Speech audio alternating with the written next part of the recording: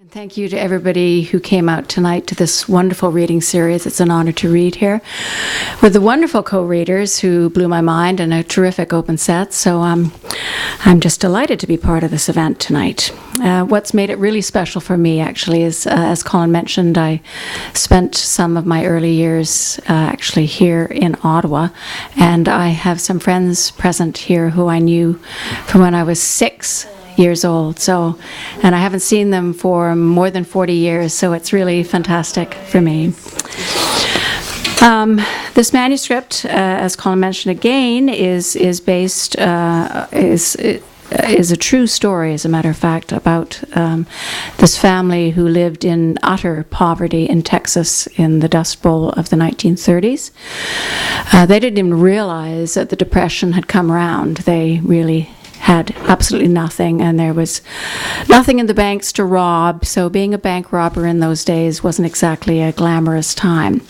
And the movie that some of you may have seen, made in 1968, Bonnie and Clyde, is factually completely incorrect. So there were two people who were survivors of the gang, and I drew a lot of the material from their personal memoir. And I'm going to start off with a poem that gives the background to the story. It's called Texas, 1930. Starved us off the fields and deafened us with the sawing of insects, the anger and the pungent need, the canyons, the Gulf plains, the coast, the lowlands, the hill country, the basin, the range. What do they ask of us now that the soil offers nothing?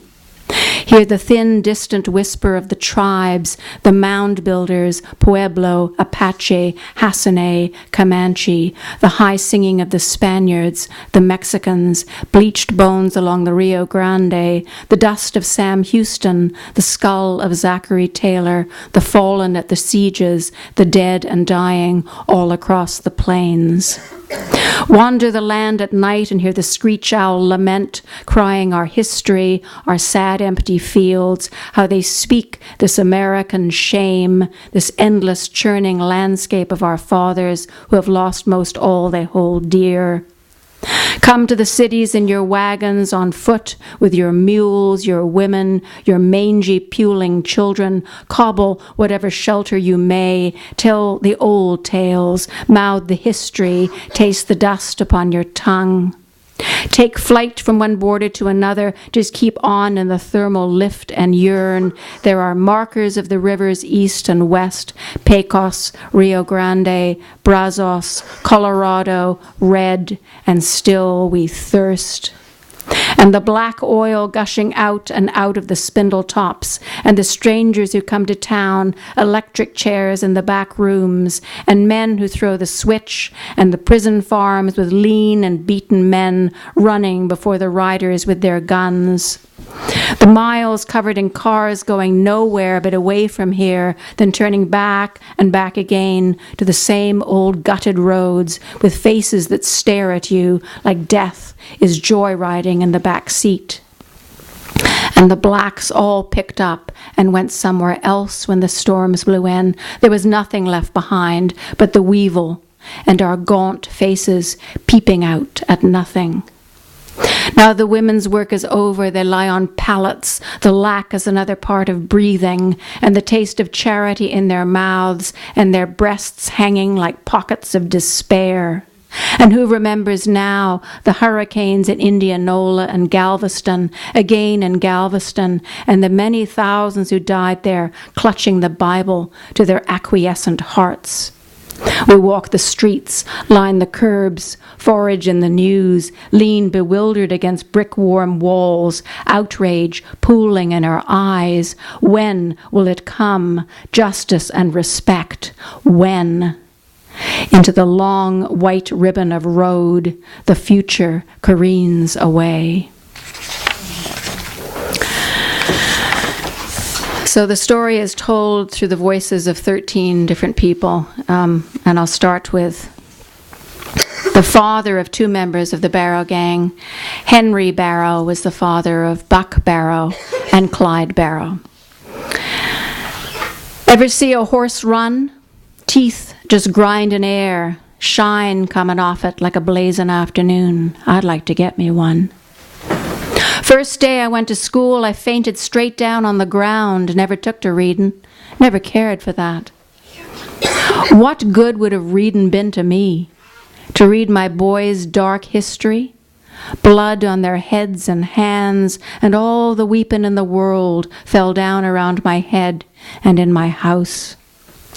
Only time we found some happiness, we'd just been wed, and then we had but 5 good years. Never got no horse, but went to church and done the proper thing, married Kumi. She just 16 and under 5 foot tall. She was a rock to me all her days. Started with a rented field and babies. We had 7.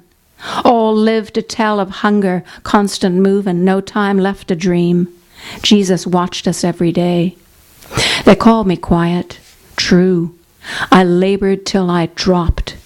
Kumi made the children go to church and school. She made those young'uns mind. My daddy never hit me the way her daddy done. A whippin' sets them straight, I reckon. Glad it never fell to me. I was too busy on the journey to provide. We never had no time to play or watch them grow, no room for grace, nor kindness, nor hope.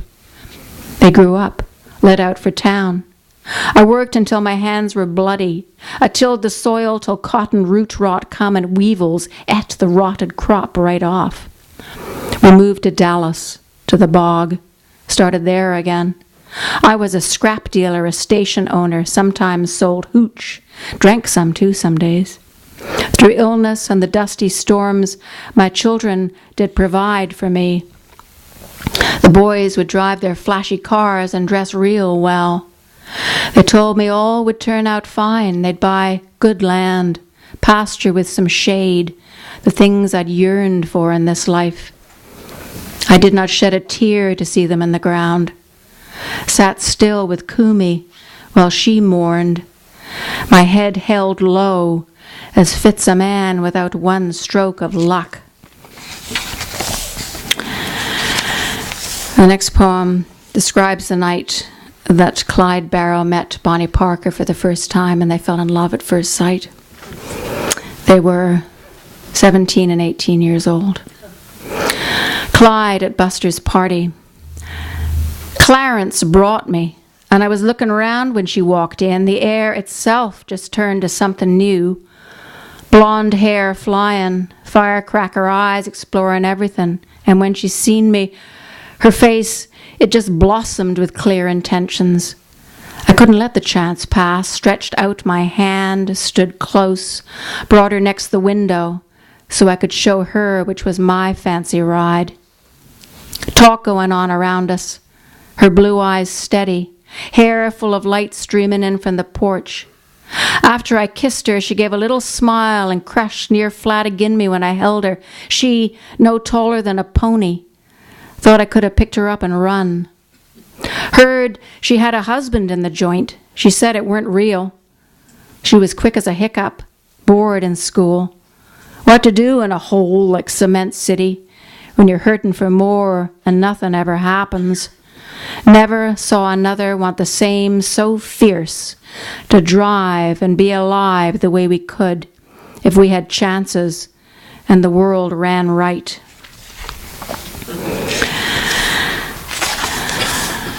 Once they set up a little gang, they asked a teenager to join them. He was 16 years old, one of the survivors of the gang. He lived out a full life. W.D. Jones's tale. I seen Clyde Barrow first when I was 5 years old. We was all camped out beneath the Oak Cliff Viaduct in Dallas, nowheres else to go. My kin, 'cept Mama and my brothers, died of flu, and that's when Mama grew tight to Kumi. They was true friends, those two. We all rode down together picking cotton all the way with the aim to beg a judge to let Buck out of jail. Me and L.C., best of buds those days, grew up together doing what all we could. I did not read nor write. Would do anything for money, stealing bikes and such and bigger things. L.C. had his daddy's car one Christmas Eve, and we'd been dancing, drinking brew. When L.C.'s brother Clyde said he could use my help, I reckon that was swell. Seemed sort of big to be out there with them, Clyde and Bonnie, famous. It was good to know they could count on me. Within one day, Clyde killed Doyle Johnson, shot him in the face in Temple, Texas, and I had murder on my head. I'd lived but 16 years. When they say Clyde Champion Barrow was the best, hell, I knowed that, because I rode with him. He'd drive 1,000 miles if he thought the law was close. No way they'd be caught alive. They knew their end. Nights I'd see him on his knees, I reckon praying for his soul or for a longer life, hell bent on getting round the law, but sometimes he'd get tired. We used to wear each other's clothes. He was a small man, just like me, quiet as a cat with dogs close. Never wanted dirt upon his skin. Never used bad language, though he had a temper, and he and Bonnie sure could fight. 8 months I lasted, till I'd had enough of blood and hell. Near Dexter, Iowa, where Buck and Blanche were caught, I took some buckshot to the face and chest, and I was bleeding out. Heck, all of us were hurt real bad. But Clyde, he done took some farmer's car, and we 3 lit a shuck right out of town. I left 'em when they'd healed enough they could get by without me. I hooked it back to Texas and got turned into the law. Did my time, married, found some happiness in life. That damn fool movie made it look so fine, like it was sort of glamorous, our ride. But it was hell. So Clyde was a tremendous driver, and he stole the fastest car on the road, the car that could beat the cops, the great Henry Ford invention that was the fastest car, couldn't be beaten. This is from Bonnie's point of view. Long distance drive. Clyde knew all the routes from Texas up to Oklahoma, Kansas, Iowa, and back, on into the cloak of night. Evening lights rushing past, meager dwellings in the fields, a woman standing at the window or in the golden distance, a child or someone small. Some nights I'd waken, not remember where we'd been or where we were headed. I'd say, "Sugar, where do you think we are?" He always knew which way to go, how fast to drive to get there. Sleepless, I'd get going on polishing and loading the guns. Sometimes in my head, thinking up a rhyme or two, maybe I'd say them. I'd be pleased to do the watching when it was Clyde's turn to sleep, listening to the night and thinking on our lives, just looking for the sun to rise. So Bonnie Parker actually never shot anyone. Her job was to load and clean the guns, and she rode around in the back seat of the car with a Remington typewriter, typing poems. This is the only poem that I kind of made up of the collection here. Most all of it is based on fact, but I knew that they took some holidays, and I knew they took a holiday up around Chicago, and I looked, and there was a World's Fair in Chicago, and I figured Bonnie Parker would not have gone near Chicago World's Fair without going to the fair. So this is my imagination of them going to the World's Fair. Barrel fires. The flames reflect faces on our drive, seeing 2 good lookers on a holiday. Rode up to Bay City along the lakes all over Chicago. Why the hell not? We're young. Got a pass to see the World's Fair. Girls wrapped up in ice cubes. Midgets. General Balbo and his 24 seaplanes all the way from Rome. Fan dancers. Sky ride. We ate, lying on a beach most all the time. Motor courts, long and dreamless sleeps. We did not listen to the news or much outside. We laughed like hell. I sang some. Bonnie rhymed. I grieve that my old ma and pa have never felt as free. So I thought during that kind of light time, with Clyde having a good time, is likely when he wrote this historical document. It's a letter to Henry Ford.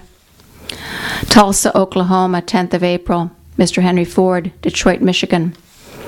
Dear Sir, while I still have got breath in my lungs, I will tell you what a dandy car you make. I have drove Fords exclusively when I could get away with one. For sustained speed and freedom from trouble, the Ford has got every other car skinned. And even if my business hasn't been strictly legal, it don't hurt anything to tell you what a fine car you got in the V8. Yours truly, Clyde Champion Barrow. Henry Ford had that on his wall for many years. So, as I said, Clyde was a wonderful driver. He got away, that's how they got away for 3 years with this business. One night, however, running from the cops, he flipped the car over, and Bonnie was caught underneath the dripping battery and was burned from knee to ankle to the bone with battery acid. For the last 6 months of her life, he carried her around. And he himself was physically handicapped because he'd cut off half his foot to get out of jail. His poem is called Proud Flesh. It was not bullets flying round the risks we took that carved my deepest scar. It was the driving. One mad night when Clyde flipped off the road and all was sudden mayhem, overturned disaster, knee to ankle burned into a flesh-made trench. I do not now recall much of those early hours. To wake and feel myself pried from the car onto the legs of strangers, then into dark again, and driving through the night, some woods-deep hidden room, lifted into bed, from there to toilet when I needed it, me screaming, drinking brew. They poured all that they had into my care and brought my sister there for aid and comfort. Sobbed tears, prayed hard, pain greater than I could ever reckon. I don't recall much till my leg drew up beneath me, and the evenings, mornings, afternoons, all one long hurt and drink, like armor on the outside of an open wound, raised up and thick, a binding that held us fast. It was one thing Clyde did wrong, that wretched, rushing night and crash there at the bridge. But when alone, our wounds displayed one to the other, it was a pledge of all we were, which would not break nor bend.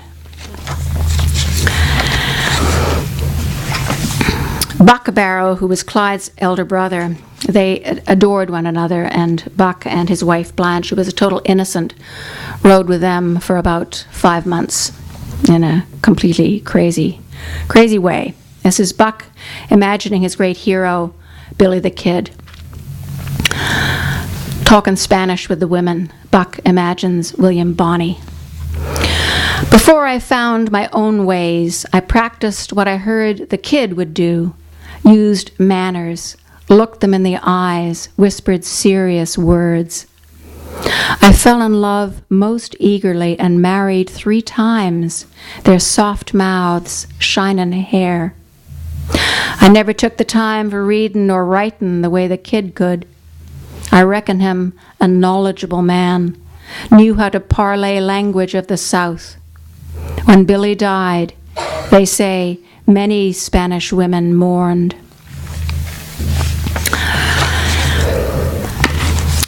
I mentioned that Clyde was in prison. He was in prison when he was 19 for stealing cars. The prison system in Texas was pretty awful, as you might imagine, in the 30s. He went to the most vicious prison of them all, the Easton Prison Farm, and he cut off half his foot to be released. He'd been raped multiple times. He was a thin, small man. And he promised his compatriots that he would come back and break them out. And that was his entire aim for his 3-year run. He stole arms whenever he could get them. He built a gang strong enough to break into the prison. And it was after breaking into the prison that the FBI reformed and came after him. And that's when they were killed. And this is the poem that describes Clyde's disappointment in the Easton break. Been dreaming of this for what felt like all my life, as if there was a clear before when I stood upright and felt complete, and after was all the rest of it. This kind of break was not what I was waiting for. I was the driver, only that. So many piled inside the car, two in the trunk and screaming all the way. Sweat and tales of jangle times behind. High riders bleeding from the mouth. One fat white stomach punctured with sure aim, did not succumb for 3 long days, pained and moaning, law pressing close besides. They gave me not a dog's chance, what he whispered at the end. I was the driver. Light up the chair for me.